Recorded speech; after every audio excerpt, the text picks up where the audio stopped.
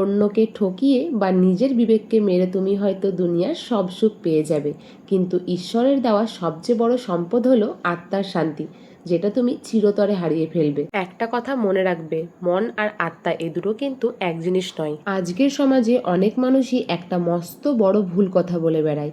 তারা বলে আমিষ জাতীয় খাবার বা ভালো মন্দ না খেলে নাকি আমাদের ভেতরের আত্মা কষ্ট পায়, আত্মা নাকি এটা খেতে চায় সেটা খেতে চায়। কিন্তু তুমি নিজেকে একবার প্রশ্ন করে দেখো তো, আমাদের নিষ্পাপ আত্মা কি আদৌ কোনো দিন মাংস বা আমিষ জাতীয় খাবার পছন্দ করেন বা খাবার চান? ভগবান শ্রীকৃষ্ণ গীতায় পরিষ্কার করে বলেছেন এটা কখনোই সত্যি না। আত্মা হলো পরমেশ্বরের এক পবিত্র অংশ। সে কখনো কোনো রক্ত বা মাংসের লোভ করে না। এই লোভটা আত্মার নয়, এই চঞ্চল লোভটা হলো আমাদের জিভের এবং মনের। মন হলো চঞ্চল, সে সবসময় নতুন নতুন জাগতিক স্বাদ আর তামসিক জিনিসের লোভ দেখায়। আজকে এটা চাইছে, কাল ওটা চাইছে, আর আমরা বোকার মতো মনের সেই লালসাকে আত্মার চাহিদা বলে ভুল করি। নিজের জিভের সামান্য একটু স্বাদ মেটানোর জন্য যখন তুমি অন্য একটা নিরীহ জীবকে হত্যা করছো বা তার মাংস খাচ্ছ, তখন কি তোমার আত্মা আদৌ খুশি হয়? কখনোই না।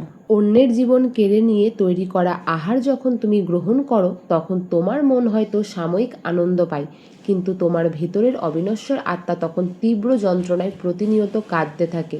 কারণ অধর্ম আর হিংসা দিয়ে আত্মাকে শুধু কষ্টই দেওয়া যায়, তাকে তৃপ্ত করা যায় না। আজ মানুষের জীবনে এত অশান্তি আর মানসিক রোগ কেন? চারিদিকে তাকিয়ে দেখো, টাকা পয়সা ধনসম্পদ সব থাকার পরেও মানুষের মনের ভিতরের হাহাকার কমে না।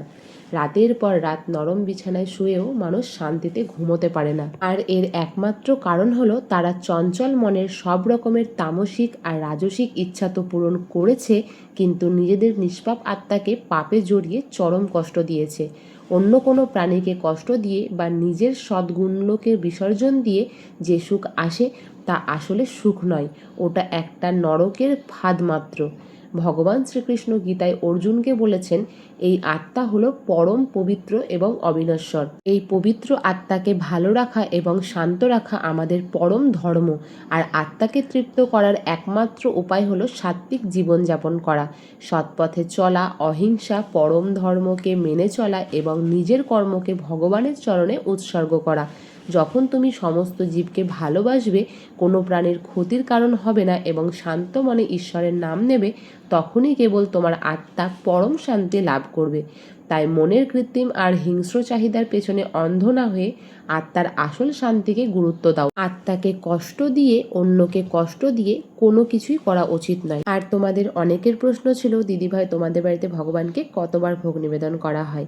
তো আমাদের বাড়িতে ভগবানকে 5বার ভোগ নিবেদন করা হয়। আর কখন কে কীভাবে ভোগ নিবেদন করে তোমাদেরকে নেক্সট ভিডিওতে অবশ্যই দেখাবো। সবাই ভালো থেকো, সুস্থ থেকো, রাধে।